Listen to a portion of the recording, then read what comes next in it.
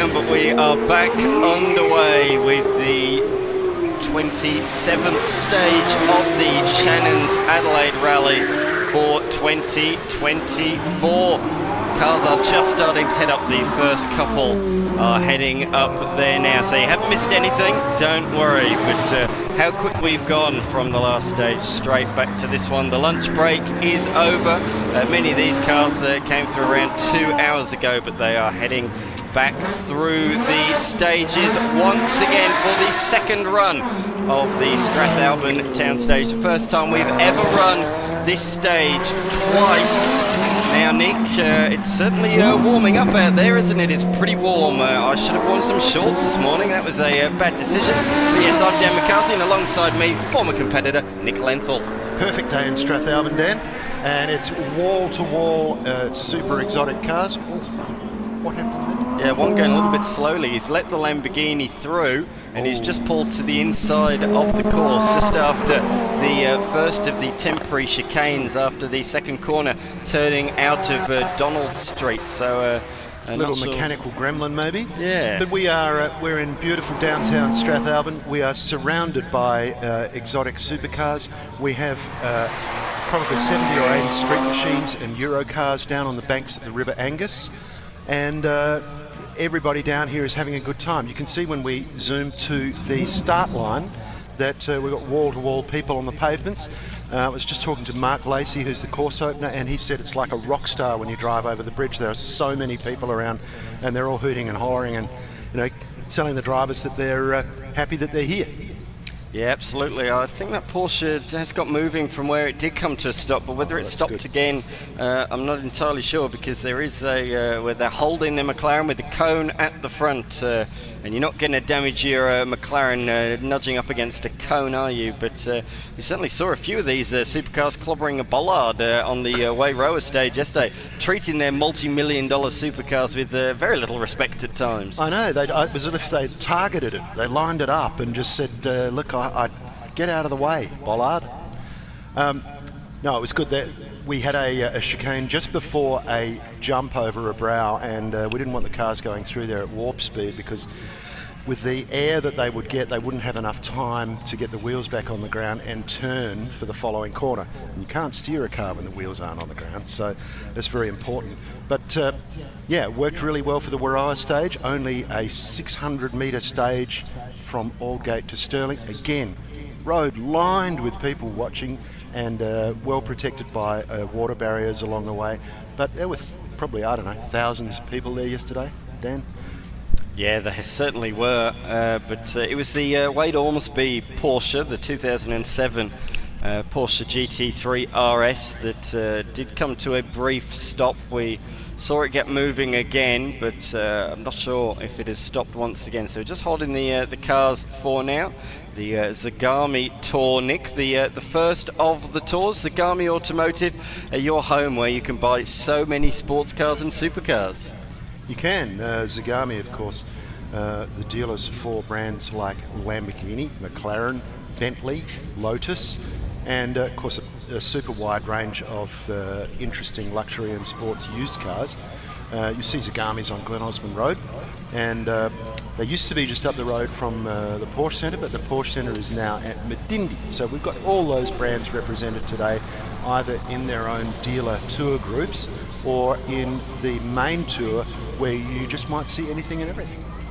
Absolutely, and speaking of seeing everything and anything, still the cars are down there from the drive-in with Dixon Show and Shine that was judged by Port Adelaide football player Charlie Dixon and Craig and Laura Lenz. I very nearly called him Scott Dixon, the IndyCar driver then, but Charlie Dixon. Why did I know that you might do that, Dan? I've been in fear of it all weekend, because I know you're a bit more interested in Formula One than you are in AFL.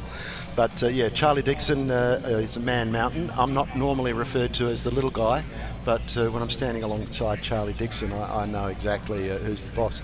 Craig and Lara Lowndes also, who I interviewed later about the cars in their garage, their Sunday cars, just have made themselves so available to the punters this weekend. They did not stop, Dan, signing autographs, taking selfies, chatting with people about their passion about cars. They're just so approachable, and we're so happy to have them here as part of the event. Yeah, I had a chat to Laura in between the stages before this one, and she said they're staying in Adelaide. They've got some good friends here, so they're staying in the city ahead of the Adelaide 500 next weekend. So that just shows, and there's a lot of other people doing that as well. There's so many New South Wales competitors, Queensland, Victorians. We've even, of course, got the Rulos from Western Australia, and even a combination from Singapore as well. So it really does bring lots of money into our local economy, this event, with so many interstaters travelling over. And why not? Why not come a week early? Enjoy the Adelaide 500 next week, but come bring your sports car, your performance hatchback, anything like that. You can enter it in the rally and enjoy the sights and the sounds of driving these lovely flowing open roads. This is a bit different. This is a street stage, but if you watch some of our live streams from the last couple of days, we were on the legendary Cherryville stage, the longest stage of the rally, and also the legendary Hermitage stage as well. Now, don't use the term legendary lightly. They've been called some of the greatest stages in the world by the likes of Sterling Moss and Peter Brock as well. Yeah. And it's not only the drivers and co-drivers who come from other parts of the world, Dan, it's also the people who are watching the event. We had a chat with a few of them yesterday, some local, some not so local, some from Whyalla. So there's people who drive 500k just to see this event. That was the major reason that fellow we chatted to yesterday was here. So you could come down, do the rally or watch the rally for 3 days. Then you've got 3 days off to go and do your wineries and the gardens through the Adelaide Hills and so on. Have a look at the cars here. Yeah, that's the main strip. This is the regroup before they come to do the second run through. Do you want to put a value on that? Billions. That's a good car park, I tell you. That is a $1 billion car park. That is quite a shot from the drone footage, the overhead view. Oh, that's the Porsche Tour. Look, the Porsche Club Tour. Look at all of those Porsches. There are hundreds, literally hundreds of them lined up nose to tail. Then we're into the BMW Mini Tour there, that we're looking at now, all the BMWs. Then we're into the Solitaire Automotive Tour now. We're looking at the current McLarens, the current different range from Jaguar, Cupra, and the like as well. And then at the front we have what we're looking at the moment, the Zagami Automotive Tour, the very best supercars have to offer, your Ferraris, your Lamborghinis. We even saw just before at the start of the coverage John Paul Drake in the awesome V10 Lexus LFA. And those shots coming to you courtesy of our drone pilot Todd. And my wife, who isn't particularly into rallying, just quietly, Dan, you know. But when I got home, I said, "Did you watch the live stream?" She said, "Yeah, those drone shots of the scenery were fantastic." Didn't make a comment about the cars. But we were at the top of Corkscrew Road on Friday. We were sitting on top of the world, and our drone pilot, Todd, took us out over the valley with the drone, even to view from above the 4 hairpins in sequence, and there was a line of cars driving through the 4 hairpins. And when you got home, Dan, the first thing your mum said was, "Oh, the cars driving through the hairpins, that was such a great shot." Yeah. So you know, years ago you would have needed a chopper to get those shots, but now we do it a lot simpler. But we do have a professional in control of that drone. Fortunately, it's not you or me. Correct, yes. My experience with drone flying is they end up in a tree and smashed and broken on the floor. That's right. So we are certainly not qualified drone pilots, but Todd certainly is. We're in the town, Nick, of Strathalbyn, a historic little town, only around half an hour from the centre of Adelaide. You make your way up the southeastern freeway, the one that goes all the way to Melbourne, but about half an hour out of Adelaide, Strathalbyn is a lovely country town. Now, weirdly, back in the day, in 1839, when this town was first established, this was actually part of the journey from Adelaide to Melbourne. Now, I'm not quite sure how I worked that out, Dan, but I think it's got something to do with where you cross the river. So it had a particular following because it was along that main route from Adelaide to Melbourne. So in its infancy, the town started by Scots, people from Scotland, who were farmers and miners. It has a history of some mining, and that's a bit of a checkered career because it started and stopped and started and stopped. And even as late as a few years back, there was a mine that closed in Strathalbyn. And but today it's pretty much a pastoral region, farming region, and about 6,500 people. And we're very, very grateful to the Alexandrina Council and the people of Strathalbyn for embracing the rally the way they have. I think they're now thinking that the tilt tray tow truck is going to do a run, but no, he's not. He's reversing.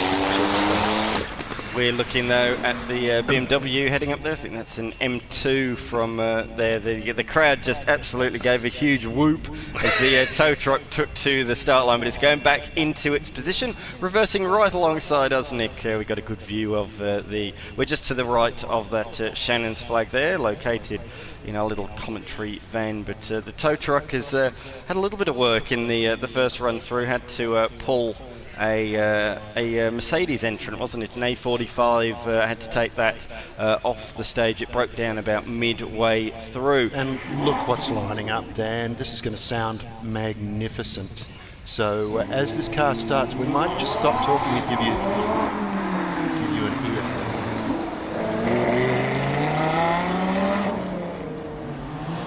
Absolutely awesome, isn't it? Really sounds good. The V10, getting the tail out.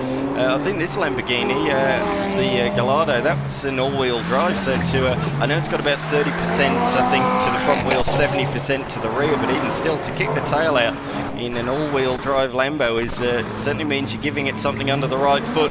You don't need to try quite so hard to slide one of these out in the tail, the Ford Falcon. Now, Mark Lacey, who is our course opener, was telling me that where they turn onto the... This is paved. This is brick paved in that first corner, and he said it's actually quite skiddy there. So even though you take off, flash of fire and a cloud of dust, you then got to just have your wits about you because the car is a bit skatey over the pavement. Skate in terms of understeer or oversteer? Understeer towards the barriers. As we see these exotic supercars roaring up the hill, I can't believe these weather conditions, Nick. I've absolutely chosen the wrong clothing. Jeans was not the way to go this morning, that is for sure. I can see Craig and Lara Lowndes just joining the queue. So 7-time Bathurst 1000 winner will be taken to the stage in the not too distant future, but for now we are looking at the dropped top McLaren heading up the hill. Can't believe these beautiful cars that we've been blessed with. Like, every one of them is a star in its own right, and we're just sitting here drooling over AMG coupes, McLarens, Lamborghinis. They all sound incredible. They look beautiful. There's a lot of new colours that you wouldn't have seen on a car 20 or 30 years ago. They've gone a bit more adventurous with the colours, and in fact, in just a few cars time, we'll have Craig and Lara Lowndes coming up in their role as tour leader of one of the packets in their brand new shiny silver Chevrolet Corvette. And look, Chevrolet Corvette's famous for being front engine, American muscle V8s. They got bigger. They started with 350 Chevs, then they went to big blocks. They've had a choice of engines over the years, like LS's and their various iterations as they became more and more enhanced.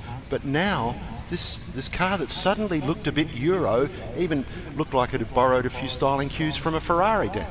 Yeah, absolutely. We're about to see a Ferrari behind it, but first the Porsche, and then we will reveal Craig Lowndes. There he is, Craig and Lara Lowndes in their Chevrolet Corvette. Craig's been doing the driving this weekend. Lara's been reading the pace notes as he revs the V8 engine and roars towards the first corner. There he is, 7-time Bathurst 1000 winner, Lowndesy. 888 on the side of the car. What other number would he have? Great to have them a part of the Shannon's Adelaide Rally this weekend, Nick, and they're here for a very good reason as well. Craig is an ambassador for the Prostate Cancer Foundation, and they are a new sponsor for us, so we welcome them aboard. And their role, what they want to do through us, is promote awareness of prostate cancer. Now, fellas are notorious for not taking care of themselves. Who would have thought? But there's this often the attitude in Aussie men that they're a bit too tough to care.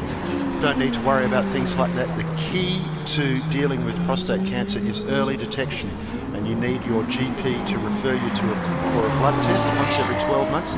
Once you pass the age of 50, you need to keep an eye on, especially if you have a family history of prostate cancer. But with early detection, there's a whole lot of medicine that you can access to make sure it doesn't interfere too much with the longevity of your life. It's getting late. No, it isn't, Nick. It's only just past 1 o'clock. It's not late at all. We've both had our struggles with words today. As you see the Audi come through, that follows a whole host of modern Ferraris. You'd have seen the 296, the 488 GTB, one of my favourites, the SF90. I think that is about to take to the stage as well. The F12 Berlinetta, but this, Nick, is a bit older, a bit of an old school Ferrari from way back in 1970, the 365. 365 Daytona shape. A very, very famous car, and if you want to own one of these, well, the ship might already have sailed, because they have galloped along like the prancing horse in terms of what they're worth.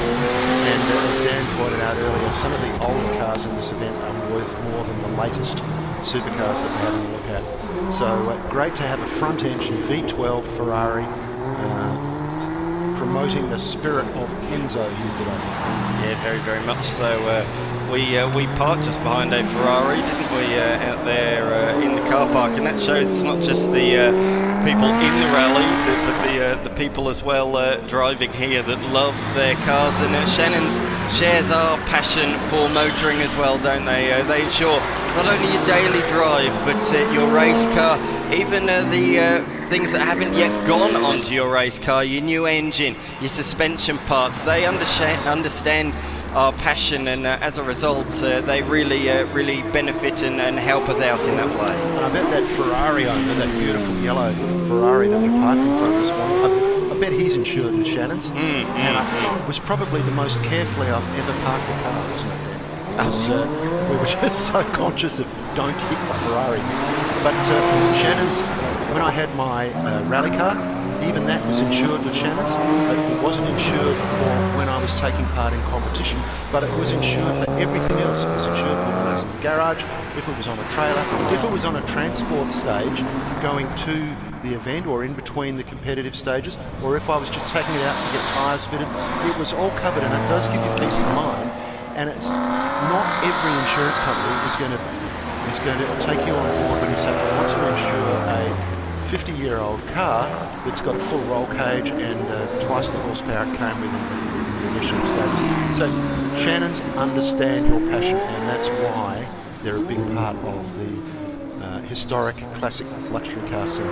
Looking on the screen at the moment at the McLaren Artura, one of the highest spec McLarens. It debuted here in the event last year in the hands of Todd Hazelwood. It was a brand new car to the McLaren range in 2023, and doesn't it look absolutely glorious in that lime green colour as it heads up the hill. But now we turn our attention from the Zagami Tour to the Solitaire Automotive Tour, Nick.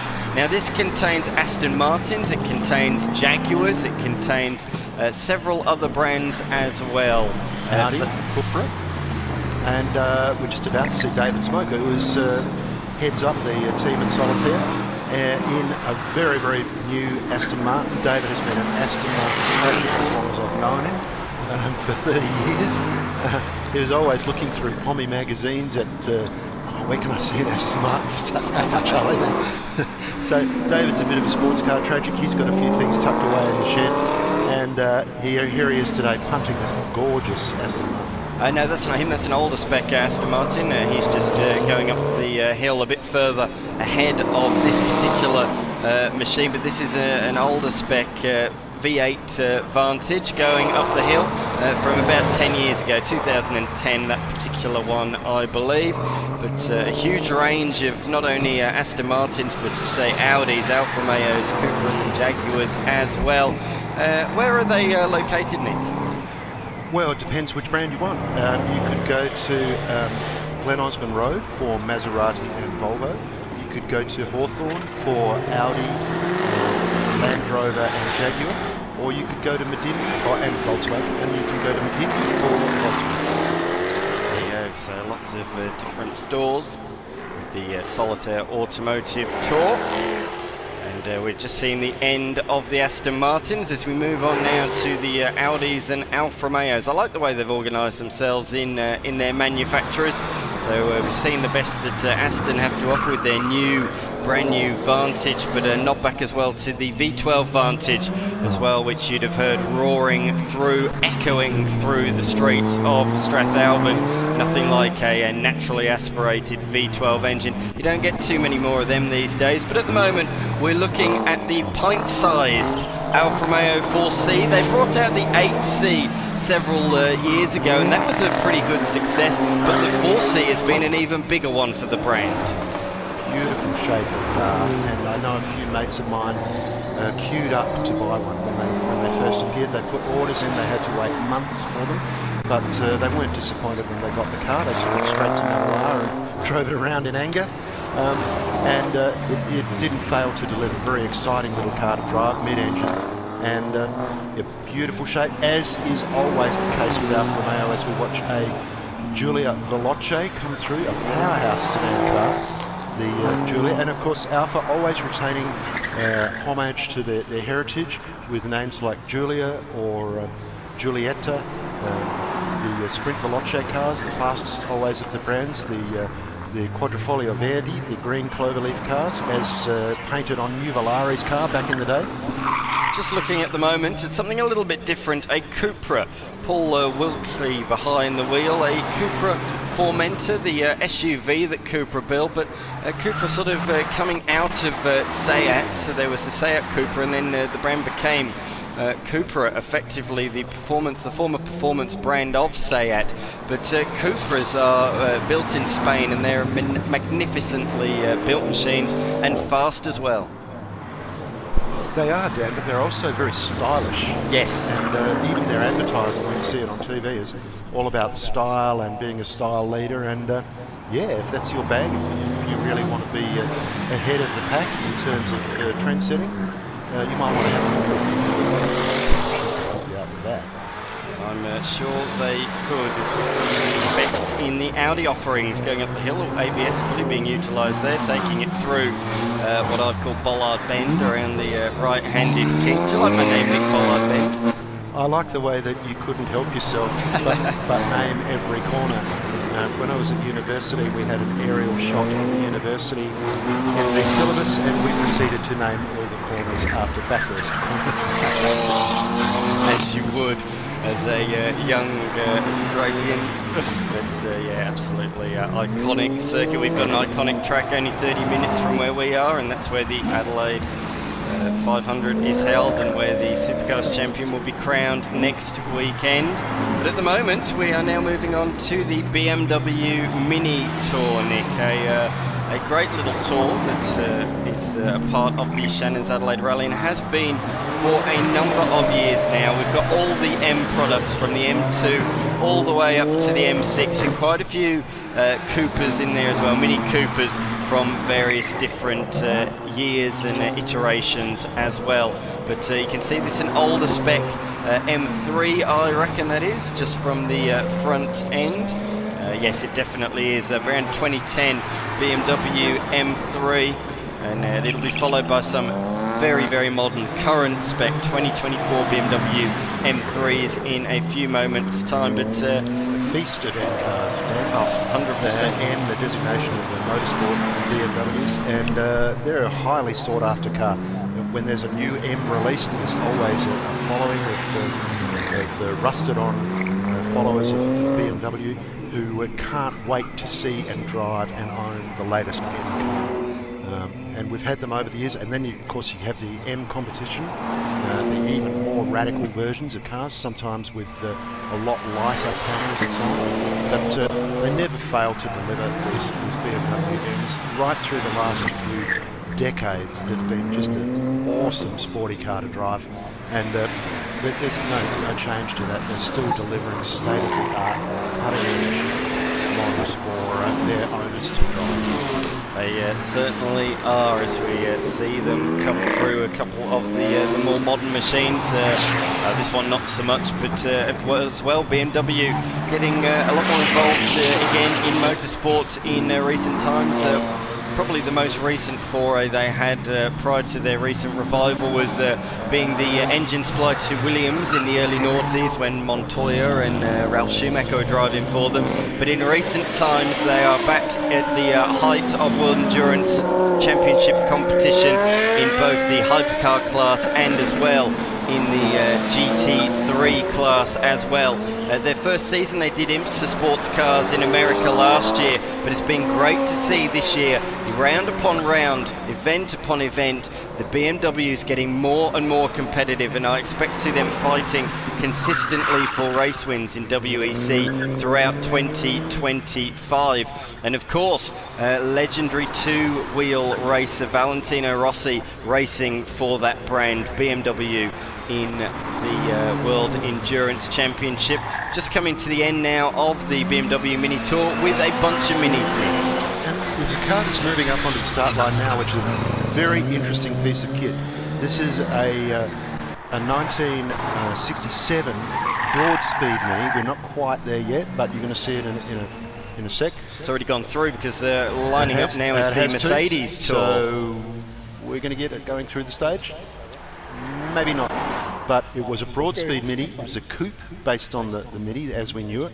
1310 cc's, which was about as big as you could bore a Cooper S motor out to. And if you got to hear it just then, they were revving the living daylights out of that little engine. Saw it yesterday at Warroa and loved it. They're not holding back either. They're really giving it the stick. Absolutely, as we can see lined up on the grid now, the Mercedes AMG Tour. Everything from your hot hatch A45 to your sports car, your C63s, your E63s. We've even got a couple of wagons out there as well. But there is plenty to sink your teeth into. One of my favourites is the one second in the queue. You can just see it, the grey one with the green stripes. That is a GTR Pro, a AMG Mercedes supercar. John Gallard driving that one this weekend. A very, very lucky man, may I add, to be driving that one. He'll be hurtling up the hill, I am sure. But he is just behind the Mercedes-Benz Tour leader, Emanuele Del Rey, at the wheel of his CLA 45S. So the CL A45S AMG, the bigger version of the hatchback, the AMG A45 that we saw earlier, and we'll see a few of those in the Mercedes AMG Tour. But it's a hugely supported tour, this one, Nick. One of the biggest supported manufacturer tours. We have 31 Mercedes AMG products lined up in front of us. It's a sight to behold. And if you're not up with your Mercedes, the letters AMG stand for the tuning company who modify the Mercedes cars. A and M standing for the surnames of the two fellows who started the company, and G for the town that they lived in at the time. So there's your AMG nomenclature. But why wouldn't you have a big field of Benzes in this event? Because there's so much to choose from. You've got SUVs that go like sports cars.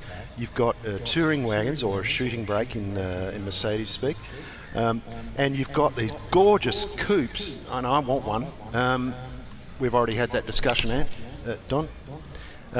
The C300 and the AMG coupes, C63s, fantastic cars. They look great, they sound great, they've got a certain presence about them, and if you hear one of these C63s take off, you'll notice they have a sound, a low rumble all their own.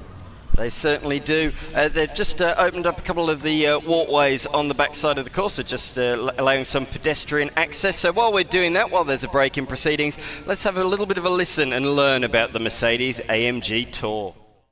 AMG Tour contains a huge variety of modern Mercedes products, from its supercars range including the GTR Pro, sports cars such as the C63 and E63 AMGs, to the A45 hot hatch, and even GLC 63S SUV.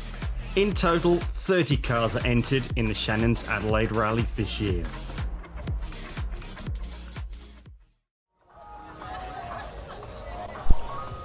Great products that Mercedes bring to the Shannon's Adelaide Rally, but I can hear over the other side of the town where the show and shine was, Nick, the DJ's pumping, got the music started. There's a real atmosphere down there, a different sort of atmosphere now.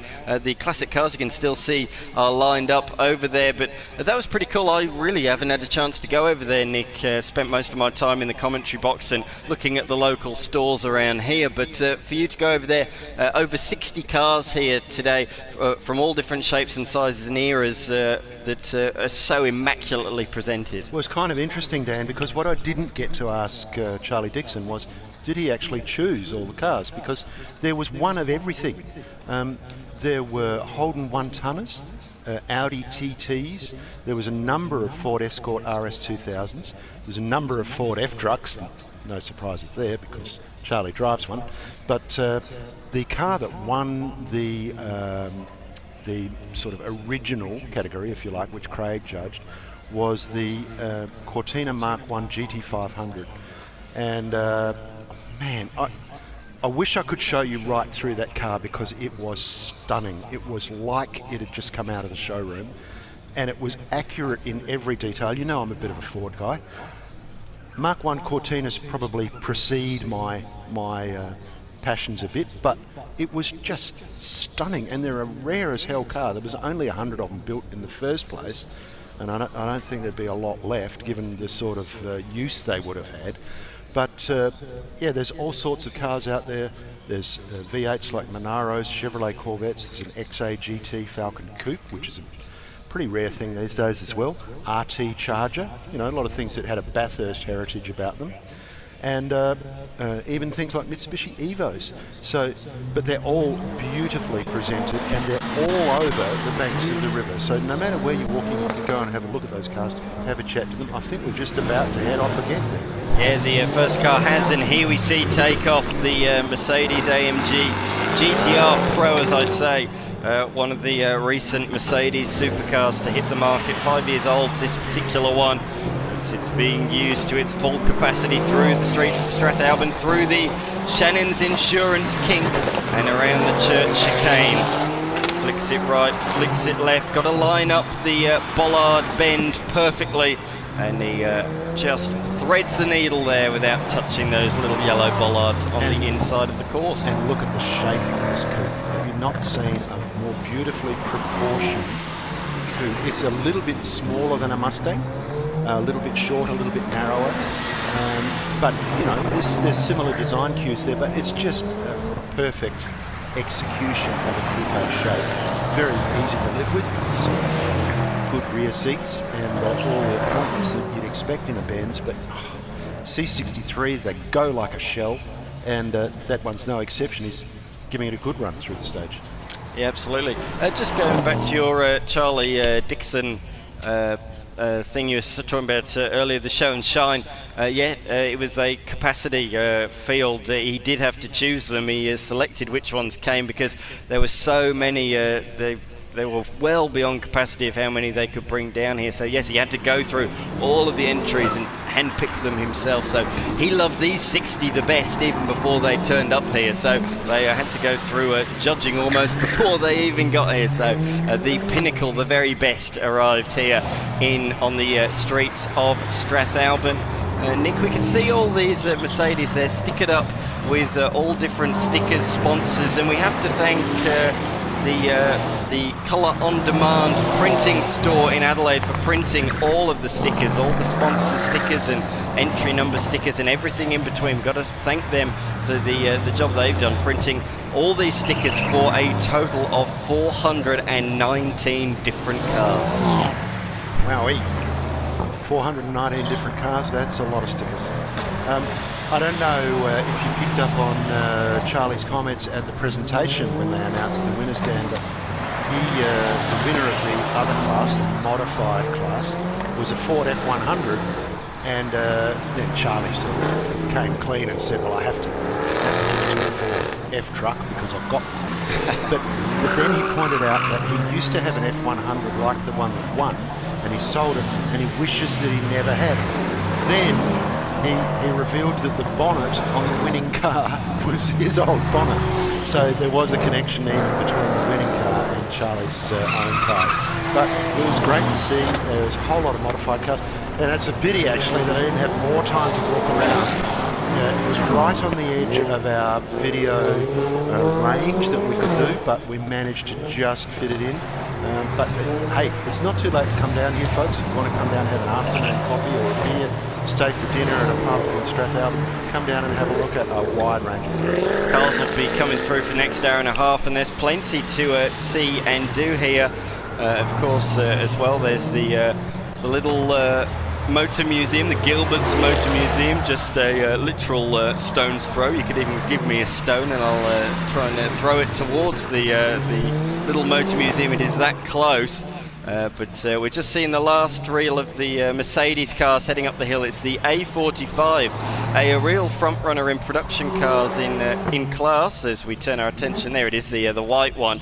But yeah, front runner in class in the Bathurst 6 Hour. Always does well. Not in the outright class. That's normally dominated by the BMW M products, but the A class is often won by the Mercedes A45 AMG. These Porsches are often winners in the Bathurst 12 Hour. Matt Campbell famously won the Bathurst 12 Hour, and hasn't he gone on to do great things? Now a Porsche Penske factory driver in the World Endurance Championship, although he is moving to IMSA competition next year, as we see all of these Porsches hit the Strathalbyn stage for the first time.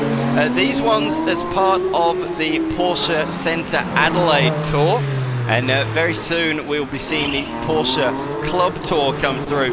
But these ones really are the more modern Porsches that are sweeping through at the moment. Everything from your SUV Porsches to your 911 GT3s and everything in between. They are, Dan. A few mates of mine taking part too in their Porsches, and they have done this year after year after year. That's all they need. Actually, Dale is a former competitor in the competition category, but these days he chooses, let's just go out and have a drive in the car, and he and his brother both Porsche owners, and they enjoy it. This is about the pace they want these days. They keep their competition activities to the racetrack.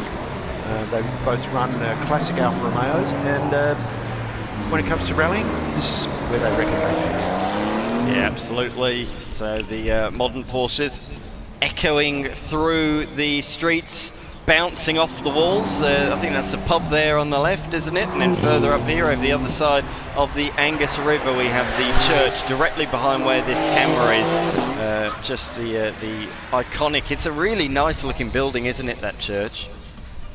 It is, and it's probably very, very old, I would imagine. I don't know if it's the original building, the original church, which was one of the two buildings that were the first to be built in Strathalbyn, with the church and the pub. So you had an each-way bet on which one you were going to be in. Maybe one Saturday night and the other one Sunday morning. But yeah, a lot of pretty architecture around the whole town. It would have been part of the reason that it was chosen for the filming of the movie Picnic at Hanging Rock. And we're actually sitting in the main street where that shoot took place for Picnic at Hanging Rock. We're moving on now to the Porsche Tour.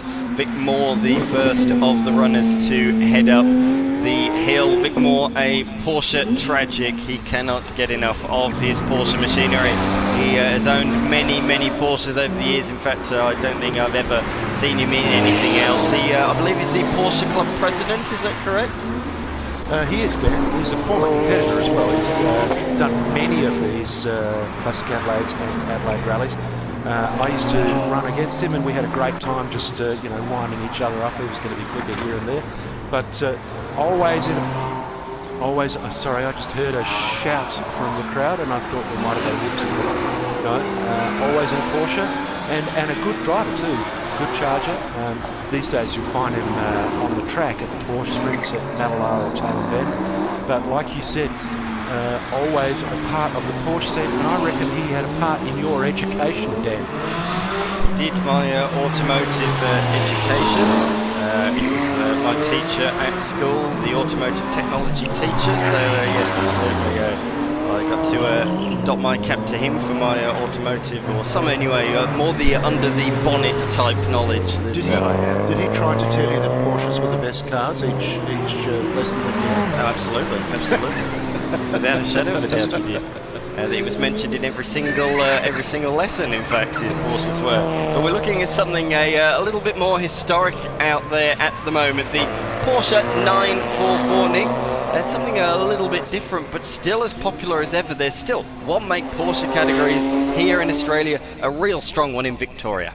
And former winners of the event, Porsche 944 Turbos, in the hands of guys like Jim Richards and Nick Strathalbyn in later years.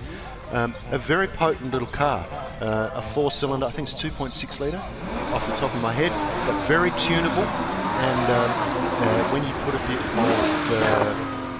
high-octane fuel in them, then you can tune them to really high horsepower. This is a current Porsche 911 GT3 that you are hearing roaring up the hill. Boy, oh boy, did that accelerate fast. What a noise. We'll let you listen to it as it goes past the church and Shannon's Kink. Here it is.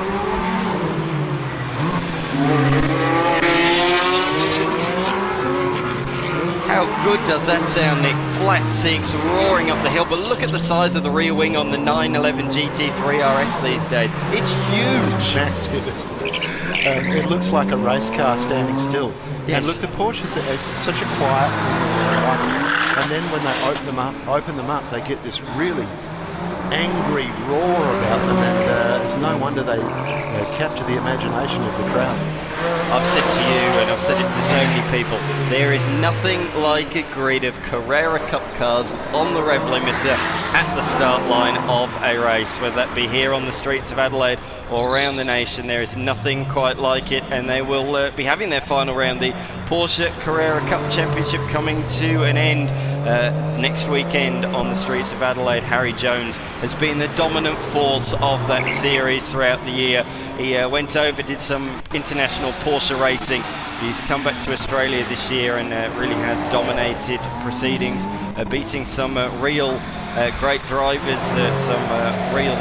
some ex-Supercars drivers that were up the pointy end, David Wall, Dale Wood, just a couple of them, Alex Davison, as well as we see a couple of older Porsches. The final Porsche now, Nick, heading up the hill. And this is Tour follower number 24. That's Brad Trenwitt behind the wheel of a 10-year-old Cayman GTS. Now, Dan, do we live in the best motorsport city in the country, or what? I reckon it was 4 weeks ago that I was out watching Alex and Peter Rullo on the gravel in the Australian Rally Championship in the Adelaide Hills. Since then, we've had historic touring car racing at the Bend. Now we're watching the Adelaide Rally for 3 whole days, going all over the beautiful regions of Adelaide, and in 3 days after that we have the Adelaide 500. Correct. We do fairly well, don't we? We certainly do here on the streets of Adelaide. We are now moving on to the Hyundai Tour, Nick. Lots of N products, from the i20N to the i30N, even the Kona N, and a big SUV as well. But we're looking on the screen at the little Hyundai i20N at the moment, just trying to see which one that is. I know in this stage that Maria Richards is behind the wheel now. She's switched with Matthew Titani, the granddaughter of Jim Richards. She'll be taken to the stage behind the wheel of this particular stage. That's going to be interesting, isn't it? Everybody will be having a close look at those times, because the apple doesn't fall far from the tree, does it? Well, her brother Clay Richards is racing, a third-generation racer himself. She's moved into the media world and does stuff for Porsche, the Carrera Cup Championship we were talking about just a few moments ago. But here on the screen, a i30N sedan. Just negotiating Bollard Bend and goes across the line, and just like that the Hyundai Tour has been concluded, and we're on to the Honda Tour, Nick. It's a feast for the Civic fans, whether you're a die-hard fan from the 90s to the present day Civic Type R, which we're seeing on the front of the grid. Now, you know you're a car tragic if you see a VTEC Honda at the stoplights and you stop to listen to it depart, because in a few seconds we're going to hear this Civic depart, and as he gets to a point where he can really open up the throttle, just have a listen to this induction noise.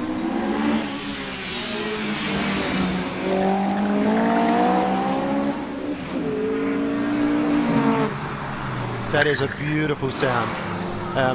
And so VTEC has a lot of devotees, and a lot of the Honda guys are very, very passionate about their Honda cars. We've got an S2000 to follow it through, and that's going to sound just as good, I can tell you. And then the Civic Type R cars We've got as well, but I think we've now got a new packet. Correct, we're moving on to the main tour. So we had several brand new Honda Civic Type R's run through that stage. A new tour to the event this year, though, Nick. Although small, it's great to have the Honda Tour a part of the event for the very first time, and I'm looking forward to seeing that grow year upon year. The Honda Civics, they've got a real cult following, and I'm sure it's a tour that will grow in years to come. It will, because pleasantly for us, Honda have taken a direction to build really good sporty road cars. Oh, someone's trying to make some noise. As we see flicking through the chicane, that is a Nissan GTR. There's nothing that grips like that machine. It broke records at the Nürburgring at the time when it was released in the late noughties. So much tech behind that machine. Similar to this one, the original Alpine A110 certainly didn't have a lot of tech, but the one that's just launched off the line certainly does. Yeah, and in the spirit of the original, not too much horsepower, not too much weight. Try to get the weight balance perfect, and what a beautiful little car they are to drive. I had the privilege of driving one for a couple of days, and they're just a gorgeous car, beautiful shape, and they retained that look as we see a WRX going through over the bridge. And I like the way these cars just stay in the one lane, Dan, and they're just grouping up. Here's one of our favourites. Here is one of our favourites. This one won't grip quite as well as the car we just saw. It's the Red Eye, the Dodge Challenger Red Eye. Well, Hellcat Red Eye. I just love the name. It's just a fantastic name. Dodge Challenger Hellcat Red Eye. I mean, if that doesn't sound like an American muscle car, what does? And there was a lot of competition between American tuning companies like Roush, building more powerful Camaros, more powerful Mustangs, more powerful Dodges, and I think it culminated when the Mustang Exorcist was built with 1,000 horsepower, and the point of naming it the Exorcist was that it would kill demons, that being the Dodge Demon that they were talking about specifically. So a bit of a war on in those muscle cars. Yeah, absolutely. The next tour packet's going to go through. If you didn't tune in earlier, these large tours, this one the biggest of the lot, over 60 cars in the main tour this year. They're split into what we call packets, packets of 15. So the next packet is heading up onto the stage. We keep them all together, make sure we're across all of our tour competitors. So there's a tour leader and a tour follower with every single tour. It's like a school teacher. You got one at the front and one at the back of the line, and we got to make sure we keep all our students in check and make sure that they're not being naughty boys and girls as they take through the Adelaide hills. And of course that wouldn't happen because the leader and the follower both have sticks, and you'll be beaten with a stick if you... That's not true. That's not true. It's not true. Oh, they've changed it. Okay. So no, I think everyone's sort of kept their heads, and we hope they do, because we respect the residents and we appreciate the fact that they let us use their roads. You know, we disrupt their commute for 4 or 5 hours in a day, and but haven't the regions got behind it, Nick? Not only the Alexandrina Council where we are now, but also the Adelaide Hills Council. There's been multiple councils this year that have got behind the event, and this is no exception. The Alexandrina Council have even supplied all of the water barriers that you can see aligning the fences, the boundaries of this Strathalbyn town stage. We spoke to 3 or 4 people at the start of the Warroa stage yesterday, Dan, and they were all repeat viewers. They'd all been for a number of years to watch the stage. So, and that was the same at Hermitage. When I got to Hermitage on Saturday morning, the first thing that happened was a guy walked up to me and said, "Oh, you're back again." And I said, "Yeah, you're back again." He said, "I've been here every year, never miss it." So yeah, it is embraced by the local people, and not only do they allow us the privilege of using the roads, but they embrace it and they want to be there. They sit on the front lawns in their deck chairs, the esky, and just have a sly Riesling or a beer and watch the cars go through. The kids get to wave them on. It's not just the drivers, the fans, the volunteer marshals and officials that come back year upon year, as well as our sponsors as well. Commonwealth Management have been a sponsor for many years of this event, Nick, and I know you've had a bit to do with Commonwealth Management over the years. Tell us a little bit about the brand. Well, Ben Calder is a long-time competitor in this event. He's not in it this year, but he has driven a number of different cars in the event, and he's been a front runner as well, Ben. He's been a sponsor of the event, I think, probably for the same period of time as he has been a competitor. And I have to thank you, Ben, for my sunglasses, because every year the drivers and co-drivers got a goodies pack when they started the event, and in there was always a pair of sunglasses from Calder Wealth Management. and I've still got mine. So every time I lose my Ray-Bans, which I'm prone to doing, You certainly are. There's no doubt about that. I reach for the Calder brand, and you should too if you want some financial advice. It's not just your sunglasses, Nick, that you lose. You misplace everything. Okay. I think that's well documented, Dan. We'll leave it there. I've got to say a big shout out as well. A lot of these stores have stayed open a little bit later on this Sunday afternoon. The store next to us is hidden really by the van, so I've got to say shout out to the Bale bookstore that has remained open as well. They've got a great selection of motorsport books. I was in there just before, some about Peter Brock, some about the history of the Adelaide 500 as well, so make sure you give them a visit right next to the start line. So make sure you jump in there if you want to get some great motoring books. Now, we talk about our school teachers, Dan, that influenced our lives so much, made us both petrol heads. I can see a book in there about the FJ Holden, and I reckon that's the one that was written by my German teacher at school, Don Loeffler. There you go. So there you go. It's no wonder we finished up petrol heads as we watched the E-Type, one of the most beautiful sports cars of all time, take off from the start of the stage. Probably not a real easy car to drive, independent rear suspension, a bit of wheelbase length, and a twin cam 6 up front. So a little bit of nose heavy, but good car. This is probably my favourite section of the Tour range. Yes, we've seen the iconic modern supercars, but there's some real classics. The E-Type, you really can't beat an E-Type, a British classic, and there's a few more British classics to come. There's a Mini, but this one, the MGB GT as well, a real classic sports car from the MG brand back in the day. Of course, MG is still with us, but certainly not making these sort of cars anymore. But there's many more old machinery to come. I can see just in front of us that we will see in a few moments, but we continue to stay on the MGB GT. Were you a big fan of this one, Nick, growing up? They're a very rare car, Dan. They are. MGBs, of course, you see them around, Mark 1 and Mark 2. And they sold well in Australia. They're a very affordable sports car. But a GT, not so many. You won't see so many. And that car has steel wheels on it rather than wire wheels. And I'm wondering if there's something even more special about that car. But I can't tell you until I have a look at it. We've got some lovely things coming up. An AC Cobra, a Ferrari 308. And there's the 308 going through the stage right now. I think I'm right in saying it's a 308. Correct, yes, a little bit smoky for my liking, but that is a 1977 Ferrari 308 GTB. Yep.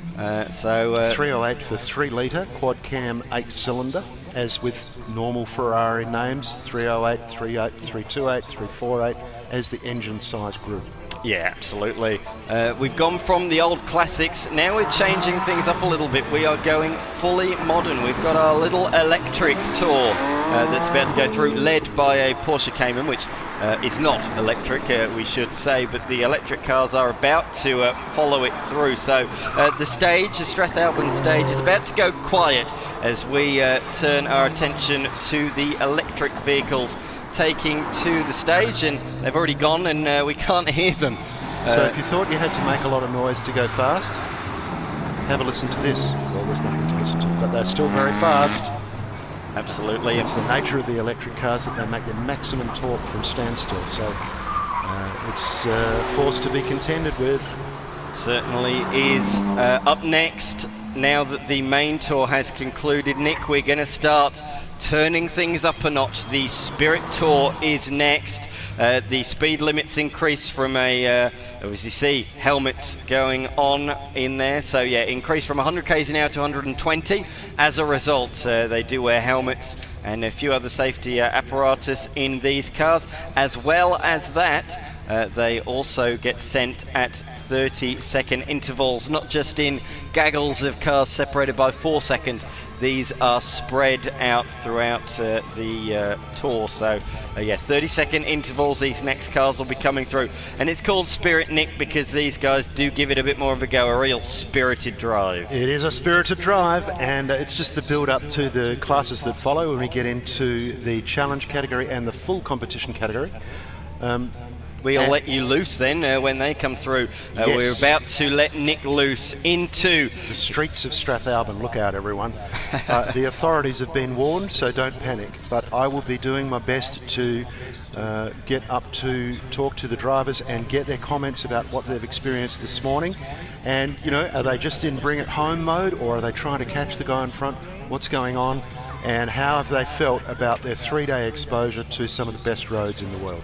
Well, I've got the latest updates actually on the order at the moment.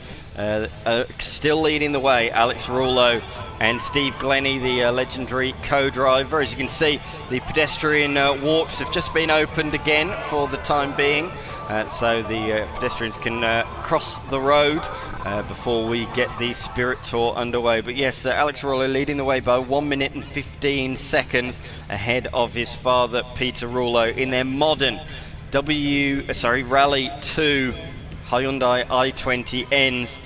But the fight for second is still on, I'd say, Nick. Although Peter Rouleau has extended that margin over the last day, really. He's just chipped away. It was so even the first day and a half. But Peter Rouleau sort of found his rhythm now, and he's just slightly extended the margin over the last 24 hours over Oscar Matthews, the reigning winner of the Adelaide Rally. A tie it was with he and Matt Selly last year. Oscar doing a fantastic job in a car that's a little older and doesn't have all the state-of-the-art smarts that the Rally 2 Hyundai does. I mean, if you get a chance to just stick your head into the window of the Rally 2 Hyundai, you can see it is an absolutely purpose-built rally car. It's not like something that someone took home and modified to turn into their weapon of choice. Everything about the car says rally car from its inception. And when you watch it perform, you'll see what that delivers in the hands of an expert like Alex Rouleau. Got to have a chat to him yesterday. He's been loving the roads, and is a very approachable young guy too, Dan, got to say.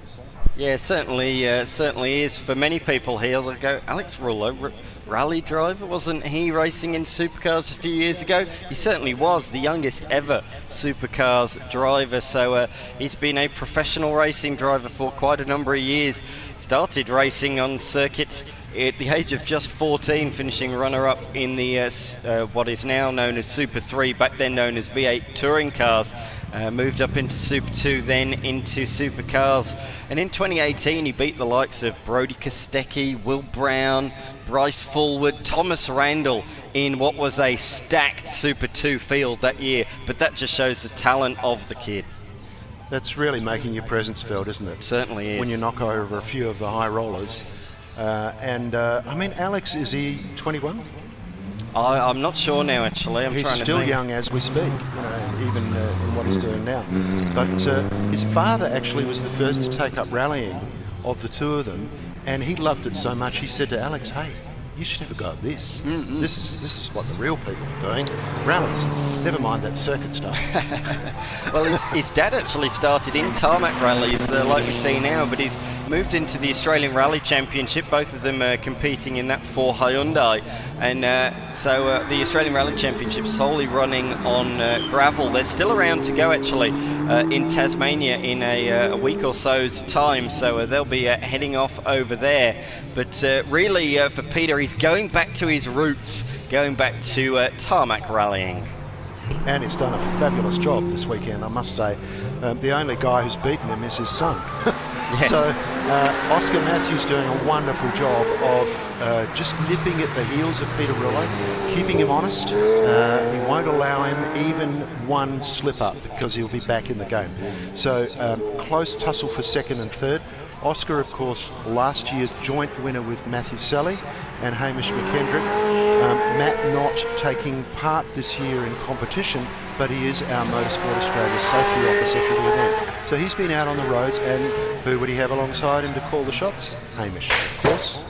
Oh, a big pop on the start line. You might have even heard that from the live stream from this Toyota Gazoo Yaris number 400. That's Wheeler Walchope behind the wheel of a 2020 spec Yaris, but we're seeing them now go up one at a time through the Strathalbyn town stage great to be back here for a second time, and I'm sure this will become a staple, Nick, of the Adelaide Rally, similar to the Way Rower stage. That only started in 2021, but it's really become a staple of the rally. And speaking of tarmac rally competition, here is a former Jim Richards Targa Tasmania Porsche heading up the hill in the hands of Duncan McKellar. Great to see this here. We've seen some old cars, but this, an old race car, a front runner in Targa Tasmania competition. Yeah, it was. Jim Richards had a mortgage on Targa Tasmania. He and Barry Oliver, who was also a commentator, often sat in our chair. Yes. But he and Barry just really monopolised the thing. It was so hard to beat. And I remember going to a launch of the Adelaide Rally once for the driver's briefing. It was in my very early days, and Jim Richards got up and said, look, if you're not sure what to do, just drive down the middle of the road. So good advice from a bloke who had won so many events. And hey, who was I to argue? Gentleman Jim, an absolute legend of Australian motor racing, of course a Kiwi born, and he's really set the way. Of course his son Stephen Richards, a many time Bathurst winner himself. Collectively they have over 10 Bathurst 1000 wins between them. Quite incredible. They also have the record for the highest place finish as a father and son duo. They finished together on the podium in the Super Touring era of the 1000. Of course there were two Super Touring Bathurst 1000s, and they finished second the 1 year. And of course Jeff Brabham and David Brabham winning one of those Super Touring races in the late 90s. And great that we will have David Brabham drive one of his Formula 1 cars in the Adelaide Motorsport Festival next year. In only a few months' time. Not far away down. Little sneak up on us. But I think it's probably that record of father and son is going to stand for a long time. Oh, for sure. I can't really see any contenders that are about to take over, but who knows? There's a lot of sons driving around. You only look at Jack Doohan and people like that who are taking to motorsport with the same aggression and commitment that their parents did. Yeah, absolutely. The latest one who won the Toyota Scholarship Series and the Toyota 86 Series, Max Gagan, grandson of Pete Gagan. He's going places. He's now been signed by the Erebus Junior Academy, so he is going places, the latest of the Gagan dynasty. So there's a few second and now even third generation drivers coming through. Gee, that's a really historic motorsport part of Australia, isn't it? Yeah. The Gagan name. Probably a 1964 Mustang, I would reckon. And just that was a crowd-pleasing car. Everyone loved that car. Yeah, you've got the Gagans. You've also got, it's just escaped me for the moment. No, it's gone. Sorry, Dan. The Richards are another third generation one, as we saw Priya take into this stage a few minutes ago. Priya Richards and her brother Clay Richards, the son and daughter of Stephen Richards, the grandson of Jim Richards, and also the Bateses as well. As a rally guy, that's who I was going to mention, Dan, and it just slipped away. The Bates dynasty, together with Coral Taylor, who, even though she won the championship with Neil Bates years ago, is often in the chair with his sons now. So Coral just can't stay away. She is a champ, and it's hard to keep him down. Exactly, yes. She won the championship, I believe, didn't she, last year? The Australian Rally Championship. And, of course, her daughter, Molly Taylor, won the Adelaide Rally only a few years ago. I think it was 2017 that Molly Taylor won the Shannon's Adelaide Rally. On gravel? Yeah. And she's doing great things now off in World Rallying, competing in the Extreme E Championship, a former winner of the series already. Let's turn our attention to what is on the stage at the moment. I nearly said circuit again, as I'm generally a circuit racing commentator, but it's Ben Clark out there, the Subaru Impreza driver, heading up the hill at a vast rate of knots. We're seeing the intensity rise now, Nick. The speed of these cars up the stage is quite something. It is, Dan, and that's probably my cue to get out on the streets of Strathalbyn. I'm going to do my best to get some comments from the drivers in the challenge category and the full competition category, so that they can share with you their thoughts on the Adelaide Rally, the roads, and what they think the result might be if they're able to put the whole thing together. So Dan, I'll catch you soon. Yes, thank you very much, Nick. I bid you a temporary farewell as we listen to this. That is a current Porsche 911 GT3 2014 model roaring up the Strathalbyn town stage. Let's listen. Amazing. Has to use the brakes for the church chicane before he curves around Bollard Bend. That's a committed run. And here's another 911 GT3 RS. Great footage there from Dylan on the start line, getting right up close to Guy Dorner and David Brickwood in their green. They're calling it Porsche GT3. Oh, the speed through there. I reckon that was flat out through the Shannon's kink. That's the fastest run I've seen through there so far. A bit of a break for Bollard Bend, but they are getting faster and faster. Another Porsche heading up the hill now as he turns off Catherine Street onto Donald Street, right in the heart of the Strathalbyn town. If you are in and around the shops, we're not too far away now from the competition cars, so get back up close to the fence line because the fast ones are about to come through. We are not too far away from that, just a few more Spirit Tour competitors to come, and then we will let the competition cars loose.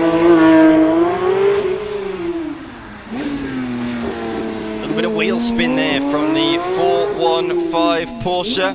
That's Andrew Hussein in another current 911 GT3 as he goes through the temporary chicane and through the Shannon's kink towards Church chicane. That sounds absolutely magnificent. Listen to that off the start line. That is Daniel Calizzi's new launch control system being used to its full potential there on the rev limiter, and away he goes. That's brand new to his car this weekend, and he is absolutely loving every single moment he's spending behind the wheel. A great photographer, but great to have him a part of the Shannon's Adelaide rally, taking to the wheel of his Gazoo Yaris. And I tell you what, he is fast enough to mix in amongst some of the challenge competitors, I reckon. He absolutely is a fast driver. I'd love to see him in a competition car in years to come. But probably doesn't have enough spare time with all the photography he does travelling around the country, visiting Bathurst, Sandown and all the tracks in between. We're back to a Porsche now, heading up the stage through the church chicane and into Bollard Bend, and then just as they flick it left you can see the finishing board, as we can see in person. Windows being wound up as the Impreza takes off. 555. The number plate, it's the 427 Impreza, this one with Giles Hunter behind the wheel, Julianne Hunter alongside of him. We saw her getting ready with the pace notes for this one, and I'm sure Nick will talk us through pace notes. It's a real talking point of the Shannon's Adelaide rally, and he, a former driver, he's always said about how crucial pace notes are, and in fact he's just putting the headset back on. Yeah, Nick, you want to show us and talk us through the fact of what a crucial role pace notes play. Pace notes are often talked about, but I get the idea that a lot of people don't actually have a grip on what they really are. Pace notes use a numbering system to describe the tightness of the arc of the next corner and the distances in between. It's actually quite a simple thing, but there's a lot of things that get added to that. So for instance, a 9 left is almost straight, not quite, but it's very little steering for a 9 left. A 1 left is a 180-degree hairpin. So we go from the slightest of corners to the sharpest of corners using a 10 down to 1 ratio. Other guys use 6 to 1, some guys use 1 to 6. Doesn't matter as long as you understand what the note means. And then the other most important thing is the distance in between. So if I said to you a 3 left into a 2 left into a 1 left, 300, you know that those corners are going to get tighter and tighter and tighter, and then you have 300 meters that you can really get on it and make up some time. So you're telling the driver whether the corners are tightening up or whether they're opening up. If they're opening up, he'll be going up through the gears, but you're not telling him how fast to drive the car. That's a common misconception, that pace notes are all about how fast to drive. They're not. The driver makes that decision, and what you're alerting him to is the next corner is about this tight, the one after that is tighter or more open, and so on. And he makes the call as to how quickly he's going to drive through there. These days, you can buy pace notes written by Bernie Webb and Steve Glennie, who are both taking part in this event as co-drivers. Their business is Smoothline Pace Notes, and you can log onto their website and you'll find that at the moment they have notes for 5 or 6 rallies. And so it's easy to do. Once you've used those for some years, you can make the choice to use their notes continually or whether to start writing your own notes. But in between, when you do your reconnaissance of the stages, which is essential, you must drive those stages twice before the event. It's a requirement at road speeds, and you might make little adjustments of your own. So in a nutshell, Dan, pace notes. Pace notes are crucial. As we see the JPS livery-inspired BMW 635 CSI head up the stage. Doesn't it look absolutely magnificent? A nod to the BMWs that were in the Australian Touring Car Championship in the late 80s.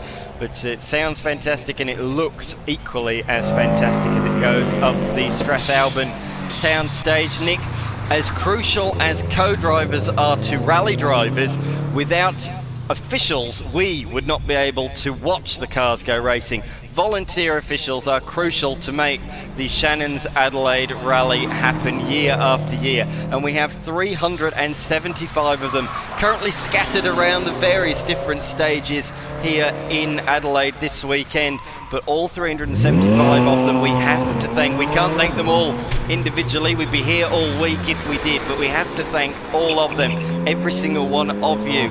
You have been a very, very welcome addition, and we hope to see you back as a volunteer official again in 2025. And if you are listening and you want to be an official, it's a great way to get up close and personal with the cars, the stars, and everything about the event. You can just head to the Adelaide Rally website to find out details on all of that. They'll be dropping some big announcements in the next week or so. Tim Possingham, the event director, said there's a big announcement about the Adelaide Rally to come in the next few days. He wouldn't even let me and Nick know what it was. He wants to keep it top secret until then, but he says there's a huge announcement to be made about the 2025 Shannon's Adelaide Rally. So make sure you follow the Shannon's Adelaide Rally Facebook page, the Instagram page, the X page, and of course as well the YouTube channel as well, so you can relive all of the action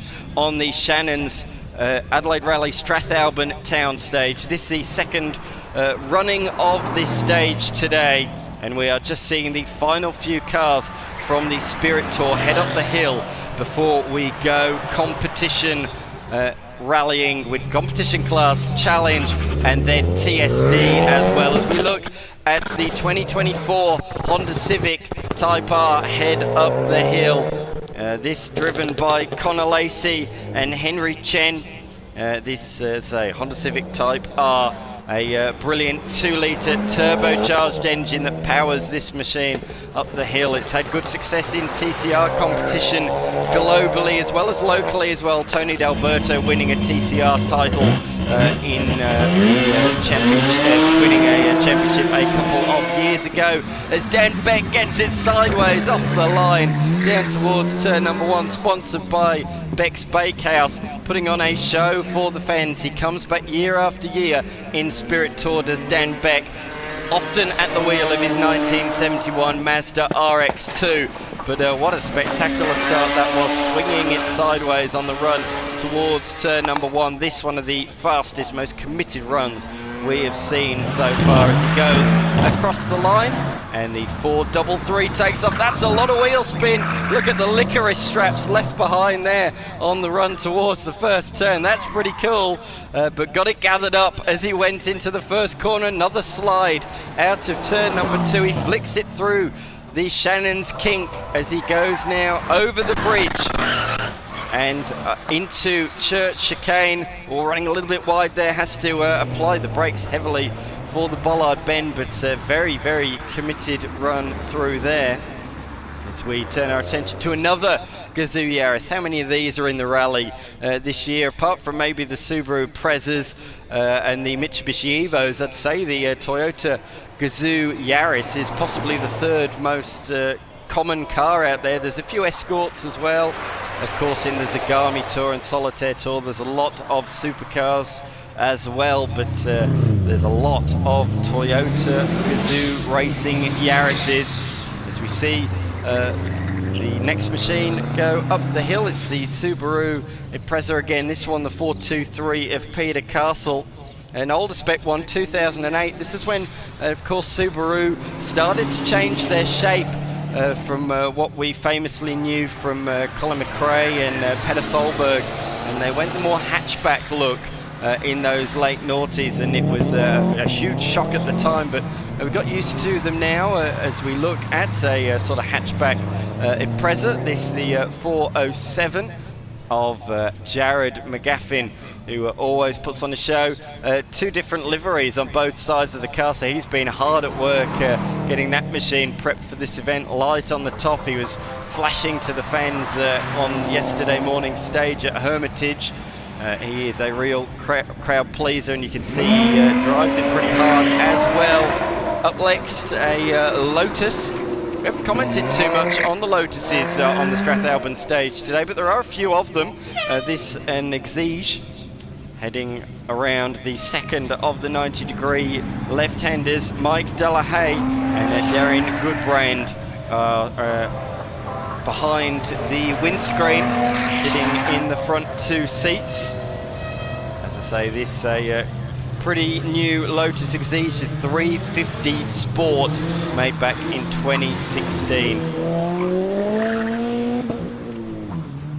White, a colour synonymous with this particular machine. It is the Toyota GT86, the Toyota 86, heading up the hill.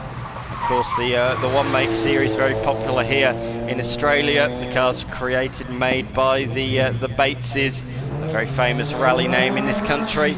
As we look back at a more historic machine, it's the first of a couple of Ford Escorts that we're about to see take to the Strathalbyn town stage.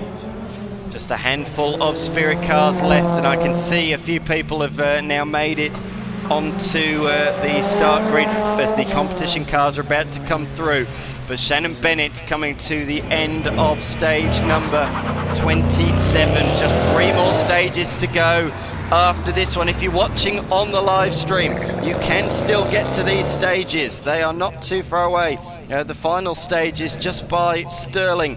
If you need to see where the stages are and where to go, head on to the Adelaide Rally website for all of the details. But there is plenty of stages still to go. I'm just having a look at my notes as we see the Falcon take off. Just trying to remember, there's that many stages. The second run through the Macclesfield stage is next at 7.5 kilometres in length. They did that after the first run of the Strathalbyn town stage. So Strathtown Stage 1, Macclesfield 1, Strathtown Stage 2, which is where we are now, and then they'll be heading just outside of Strathalbyn to a little village called Macclesfield where Stage 28 will take place. They then head over to Warrawong, very close to the well-known Warrawong Wildlife Sanctuary. That is a 4-kilometre stage, and then they end at Sturt Valley near Stirling and Crayford, that area of Adelaide. So make sure you get there. Go onto the Adelaide Rally website for more details. And then we finish things off with a lovely little presentation right in the heart of Adelaide.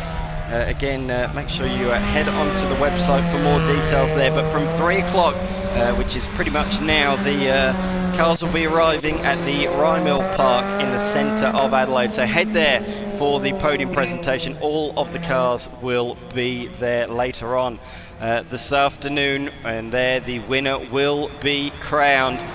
The competition cars are about to come through. We're just seeing the Suzuki Swift, and it says on the back windscreen, if in doubt, power out. And I'm sure that is what they will be doing behind the wheel. But Nick has been let loose onto the stage as you see the old Mercedes now heading up the hill for the final time. This is the 452 machine of Peter Barry in 1970, Mercedes-Benz 280 SL. A real blast from the past. Certainly not the fastest car we have seen today, but very much one of the prettiest as the final Spirit Tour car heads up the stage. I'm sure Nick is down there. He's going to get some interviews for us with the competition category. But we are just seeing the Volvo S60 head up the Strathalbyn town stage. We're about to turn it up a notch with the competition class.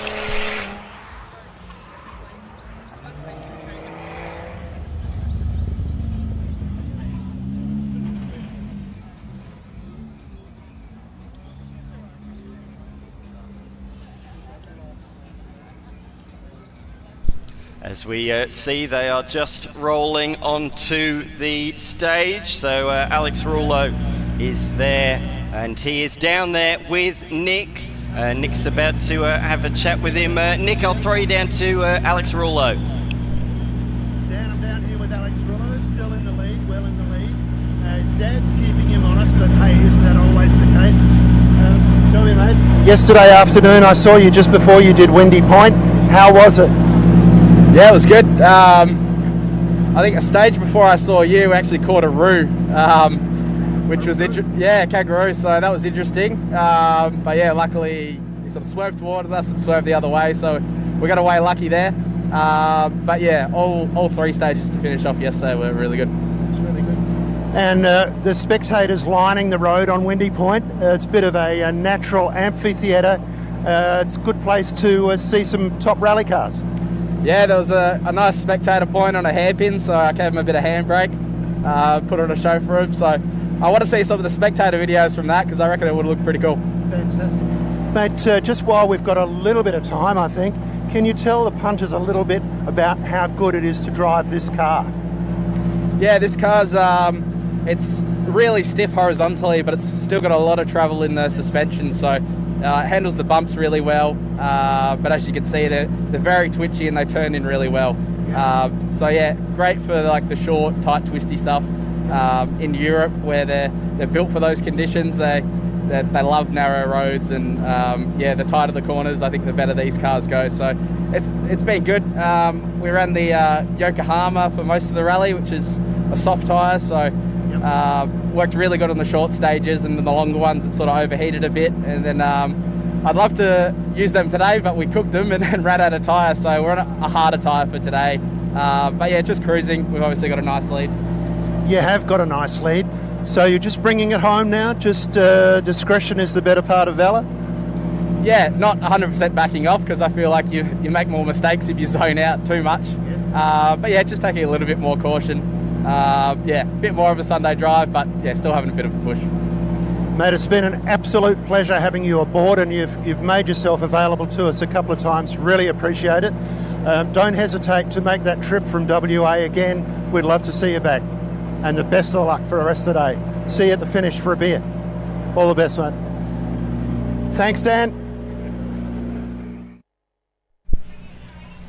Thank you very much, Nick. Yeah, we are not too far away from seeing him take to the stage. The cone is still there. The officials are still there as well, so we're not too far away. The cone just been moved, so the final car is about to go up, the course car. Nick, I believe you're down there with another of the Rouleaus.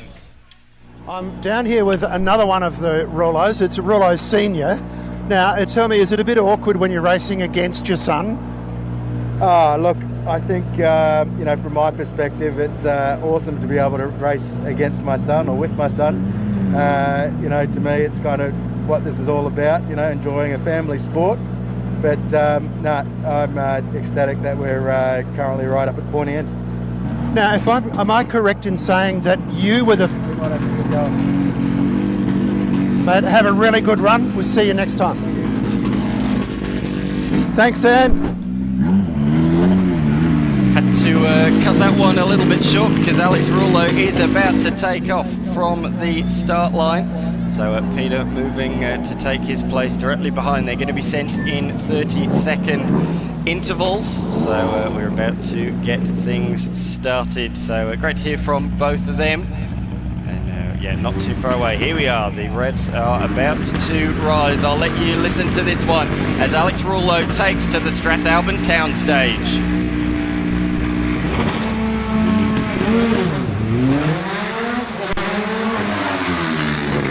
Great launch down into turn one. Lovely turn. I was hearing from Nick earlier on, he was saying that that's got bricks, that first corner. It's pretty hard to get the thing rotated, but he's doing that. He's throwing it through the chicane, through the Shannon's kink and towards the church chicane now.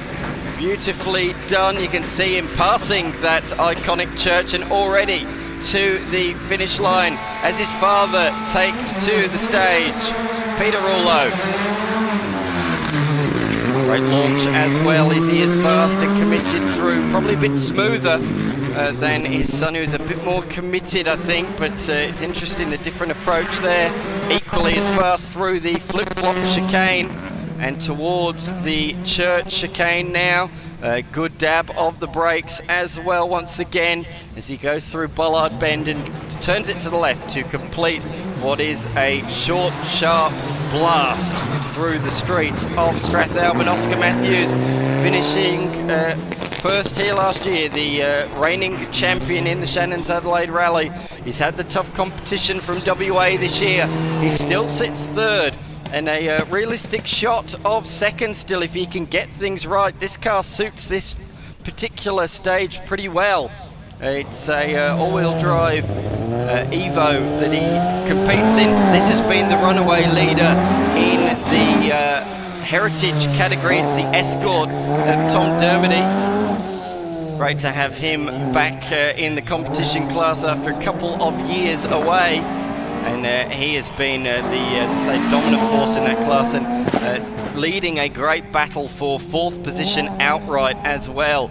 He is only just a few seconds ahead of Lovell as we see him negotiate through Bollard Bend. Here is Lovell in that Subaru. He'll be keen to close the margin down. He's running out of time now, is Lovell, a former winner of the event in 2022, so he can certainly drive this Subaru WRX very, very nicely, and he's showing that right here on this very stage as he goes over the river and towards the end of the stage. Who have we got next? It's the Waring's, Cameron Waring and Tanya Waring. Unfortunately, a puncture put them out of play. They were sitting inside the top 5 fighting against the Escort of Tom Dermody and Lovell, who we just saw, but a puncture early on Friday put them out of contention for the rally, but they are still giving it their all. They're going for top 4 in the remaining 2 days, and they are achieving that at the moment. This is possibly the loudest car here. The people on the start line can't even hear me gibbering on in their ears. It's Andre Lukash in the Nissan 200 SX. It is so loud off the line. Chris Bucknell, experienced co-driver alongside of him, and he blasts up the hill on the run towards the end of this stage.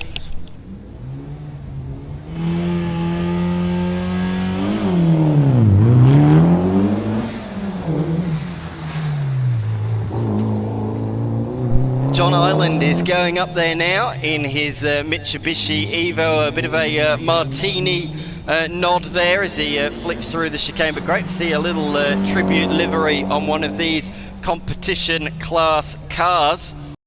He's doing a really nice job this weekend. Another former winner of the Adelaide Rally. We've got a few of them in the field this year, but none of them have been able to compete with the debutant in Alex Rouleau. It's now the Toyota Sprinter that is going up the hill. That is being driven very capably by Coulter. A really great job from him all weekend long. He's been fighting with the car that we're about to see next. They've been in their own battle. Oh, an interesting line there, a unique one, going back over the other side of the bollards after the bollard had been completed. But here we are, Zach Hedge is going through there now in his 1985 Porsche 911. He's been in this rally for several years, and he's got very experienced co-driver Bernie Webb alongside him this year. As Nick mentioned, Bernie Webb has made pace notes for many of these competitors here this year. And now we turn our attention to that little Abarth, the very unique machine built back in 1964. Michael Lowe and Kerry Chivis at the wheel of their 1964 Abarth. Flicks it through the chicane. This is sort of where the Fiat 500 came from, and what we know now is the Fiat 500 Abarth. This is sort of the very early iteration of it.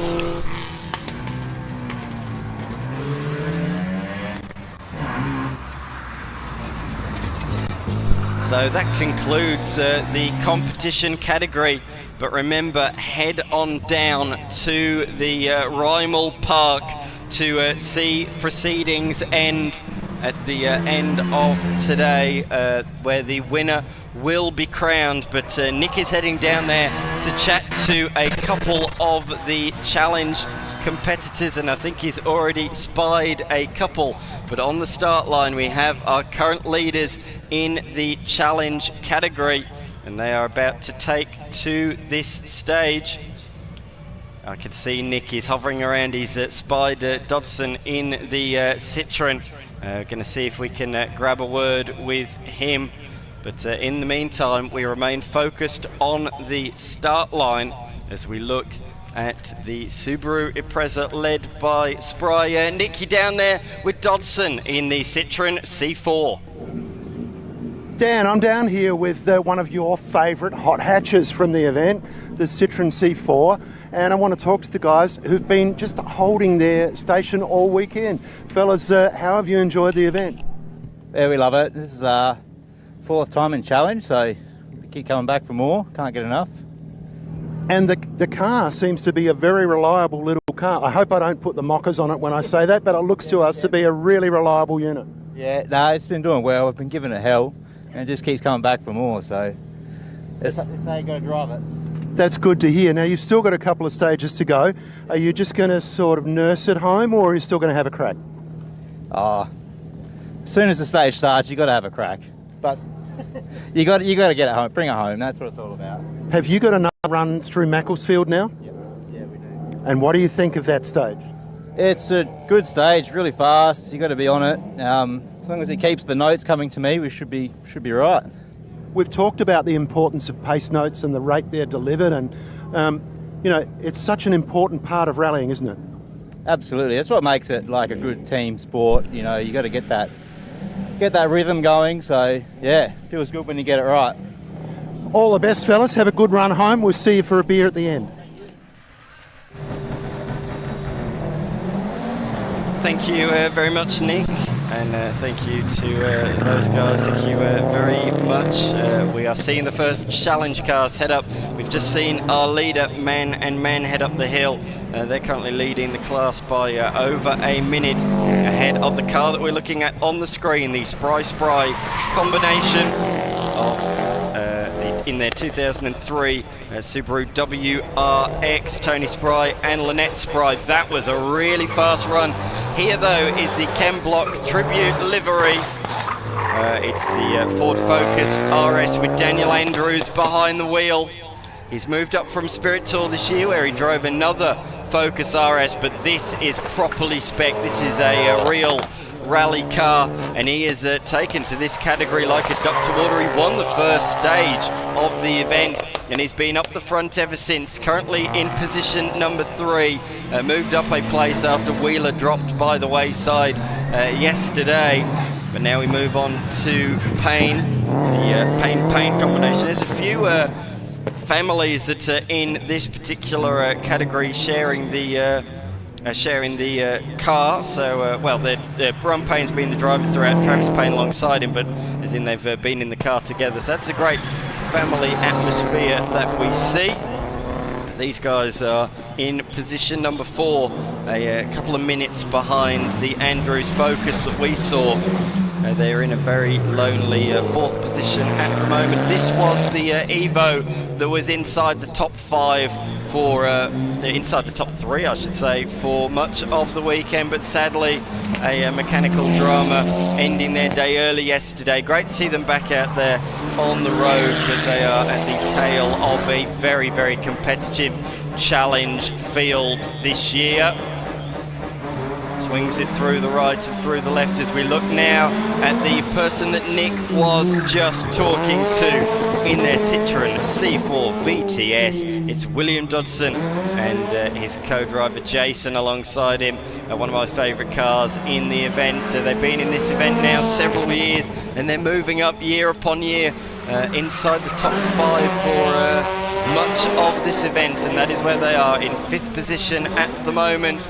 Not quite as spirited as some people, but some lovely racing lines as we see Robbie Brocklebank take off from the start line. This man is always committed. He's been a challenge competitor for a while. Last year he moved up to competition and finished just inside the top 10 if memory serves me correctly. But he's dropped back down to challenge this year, and he's been pretty competitive as well. I had a brief text exchange with him last night because their day did end a little bit early. He was saying he's had a few issues with the wheel bearings, and certainly better to sit on the sidelines when you've got an issue like that. So he thought about his competition and about the safety of the event, and decided to not compete in the final couple of stages. So, but he's still enjoying himself out there as we look back at the first of 2 BMWs in the challenge class. This is the car that is being driven out there by Corey Fecker and Ben Chipman. I've been butchering that pronunciation all weekend long. Greg Swiggs is a perennial front runner in this category, Challenge 130. And he's doing a really good job, actually. He came into the day locked in combat with Robbie Brocklebank, who's been surging back up through the order. It's a great battle between that BMW we just saw, the Toyota Corolla of Robbie Brocklebank, and this Mini on the screen at the moment, as well as the Watson Lyle Polo we're about to see. All 4 of those cars at this stage of the rally are separated by just 27 seconds. Yes, 27 seconds after 2.5 days of competitive action. Here we are, though, looking at the John Connolly Michael McMichael BMW heading up the stage now. And they're at the tail of the class at the moment, but still inside the, tail of the runners still going in 10th position. Here it is, the Volkswagen Polo. This is where time can be made. This stage really suits the VW Polo. Cocking up a wheel, the rear left lifting up in the air to help the rotation of the car. This car finished 8th outright in competition last year, and it's hurtling through the stage inside the top 8 again this weekend in Challenge. And as I say, really in a fantastic battle for some good positions. The from 6th down to 9th, separated by just 27 seconds. He's at the tail of it at the moment, but a stage like the Strathalbyn Street stage certainly suits that little Polo well, the nimble, lightweight machine. But that, I think, it is the last of the challenge competitors. We move on now to the TSD class, the last class of the Shannon's Adelaide Rally for 2024. A great little category about time, distance and speed. It's a unique category, this one. So it's not about fastest time in a stage. It's about meeting the the stage time that has been set, and there really has been a runaway winner in this class last year and again in 2024, and it's been the Renault Megane driver of Chris Oldacre. And Nick, you're down there with Chris. Dan, I'm down here with the leaders of the TSD category, and I've got one question for them. How the hell do you do a 19.5 kilometre stage and drive through the flying finish at the second that you meant to? Can you please explain that to the mere mortals out here? You know, it's one of those sports, this TSD, that really doesn't have a solution, one single solution. Everything, it's different for each car and each team. But I mean, I've got a great navigator here, and he just tells me faster, slower, slower, faster, and I just do what I'm told. And then all of a sudden, there's a finish line. We go, there we go, done. Does that cover it? This is the category, Dan. If you love a steer and you've got a mate who has a PhD in maths, Here he is. and we've just found them now. You've won this category before, and you're going so well this year. We're just so impressed. I mean, we've seen some scores there with 1,000 points lost, but you guys just seem to have the happy knack. How have you enjoyed the roads while you were keeping to a formula? I actually think it's been really good this year. They upped the speeds a little bit this year, which made it a bit more challenging when it comes to the driving side of it, and I think it's been really good. I think it'd be really good to see a few more people competing in the TSD category, because it is a really good category for those who think a bit about their motorsport and want to get those zeros. So no, it's pretty good, and we love being in South Australia. Well, that's very good, and we love having you here. Fellas, you've had a great run. Keep it going. We'll see you at the finish. Thank you. Thanks, Dan. Back to you. Thanks very much, Nick. Yeah, TSD is quite a unique category, and great to see so many of them here this year. It's not all about speed, as you say, it's about hitting that target time, and I can't quite comprehend how Chris Oldacre and David Greaves do it so well. They were the runaway winners last year, and today they have been steadily increasing that lead again. In fact, it's a great battle between Stephen Baker and Anthony Daly, the Toyota Gazoo Yaris and the Hyundai i30. They are separated by just 8 points going into preceding stage. You see the first car head up the hill, Thomas Sullivan behind the wheel of his Subaru Impreza, but you get 1 point, you get a 1 point penalty for every second you are over the target time, and you get a 5 second penalty for every second you are under the target time. Like golf, fewest points at the end wins. And here is the car second in the competition at the moment, Stephen Baker and Tamara Bryce. They didn't compete in the competition last year, but they have taken to it like a duck to water in 2024 to be competing against the guys that finished first and second last year, and they currently are in second, just ahead, as I say, of Anthony Daly and Cameron van den Heuvel in their Hyundai. But you can see it's not all about the speed, it's about hitting that target. We saw earlier on today somebody really start the stage fast, then have to slow down right towards the end, and I think that might have been Chris Oldacre or maybe Anthony Daly, as the Mercedes comes through the A45 AMG.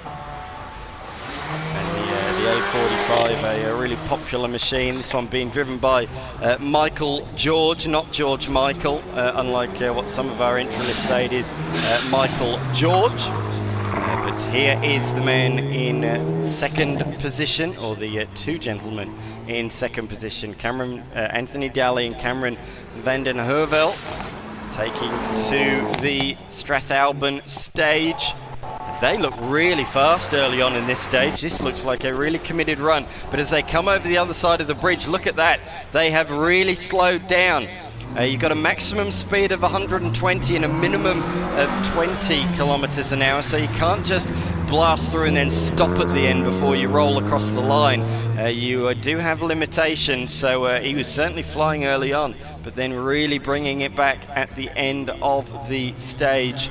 And we're now turning our attention to the Alfa Romeo through the Shannon's Kink and over the bridge towards the chicane, Church chicane, and then around Bollard Bend before the left-hander. To finish the stage here is Chris Oldacre, who is completing the 27th stage, I should say. How many stages are there? 30 in total. 147 competitive kilometres of running this year. That is why we've needed 375 volunteer officials to make this event happen, and we've got to thank every single one of them. But through goes Chris Oldacre in the McGann, and you can see why he has been the dominant force of this category for the last couple of years. But it's not over until it's over in TSD. If he gets a little bit trigger happy, he can throw away 45 points quite easily, 45, 50 points in the final stage, and be overhauled. So it's never over until it's over in TSD. As we look at the Mazda RX-7 head up the hill. Nick, you're back in the commentary box after soaking in the action from down on the grid. How do you find things? Isn't it fascinating how Chris Oldacre and all of these guys go about their business in TSD? Drive all the way from Victoria to do the event, and then they look like taking it out not for the first but the second time, and it was hard, Dan, to sort of get in quick enough to have a word with the drivers. I would have loved to have had a chat with Tom Dermody about the Escort and talk about the engine in particular. But yeah, there's so much happening out there, and those guys now they reckon they had a little bit of trouble yesterday afternoon. They might have lost some points. They did. I think their lead was such that they're still in control, would you say? Yeah, very much so. Very much so overnight, and they've actually extended that a little bit. Yeah, for their standards, they picked up at times penalty points in the double figures, which is unheard of for those guys, really. But it did bring their total up a bit more, and at one stage it did look like the Hyundai of Anthony Daly was going to challenge potentially at one stage, but he's extended that margin. Anthony Daly's picked up a few points today.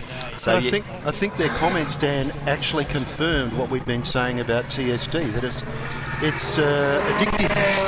You know, it's so competitive and so accurate that you just want to be back doing it again. That's not TSD speeds. The Ferrari 360 is absolutely flying up the hill. There was no TSD element of that. That was more like a challenge run. He has copped a ton of points, of that I can assure you. there. Well, the three ingredients, time, speed and distance, he chose the middle one, speed. That's right. And forgot about the other two. But hey, they haven't got far to go. They probably know where they're going to finish now, and they're just having a ball. And isn't that great for the punters who are watching along the bridge? Oh, sounds fantastic as well, doesn't it? As we see the Subaru WRX head up the hill now to finish off proceedings. There's one more, to go. The little Volkswagen Golf. I was trying to just tie things up right at the very end, but what a immaculately presented VW Golf. This one in a very unique colour, Nick. A colour I've never heard of. The spicy colour turmeric. And if you know your Indian spices, you'll know where that word comes from. Yeah, well, I'm not a spicy person by nature or by food. I think that's well documented there. No, it's an interesting little car, and look, like the Renault Megane, just a perfectly behaved car. We've talked so much over the weekend about the varying tiers, the levels of competitiveness, and where would you step in as a newcomer. And I think the fellows in the Megane, they just backed us up on that. Absolutely, as we see the final car go up the hill to end proceedings, the 999 car, the Peugeot 205s, that ends proceedings here today. Well, it's been a fantastic edition once again, the Shannon's Adelaide Rally, the street of Strathalbyn, the Strathalbyn Town Stage, 2 runnings of it this year, Nick.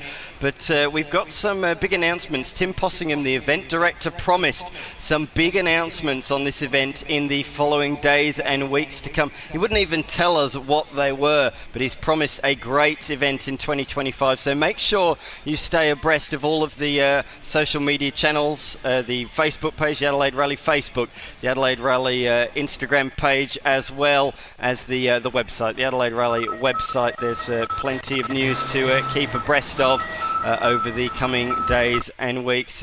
Thank you, Nick Lenthal, for all of your insight and analysis throughout the weekend. Dan, it's been an honour and a privilege to be part of it. Thanks to all the drivers and crews who made themselves available for me to have a chat. And thanks also to Craig and Lara Lowndes and Charlie Dixon for giving us their time and just adding to the live stream. Yeah, they certainly have showing us the real colour that is here at Strathalbyn. We're looking at the drone shots down on the town of Strathalbyn. It's been great to be here. Thank you very much, Nick Lenthal. I'm Dan McCarthy. It's been a privilege to bring you all of the live streamed action from the 2024 Shannon's Adelaide Rally. There's still a couple more stages to come in the Adelaide Hills, and make sure you head down to Rymel Park in the city, where the presentations will be taking place in around an hour or so's time. So head down into the city and make sure you come back in 2025. I'm sure you will. I'm sure you've enjoyed seeing all 419 cars come through the stage. It's been a privilege. We look forward to seeing you back here in 2025. From all of us here that brought you the coverage of the 2024 Shannon's Adelaide Rally, we'll see you next year.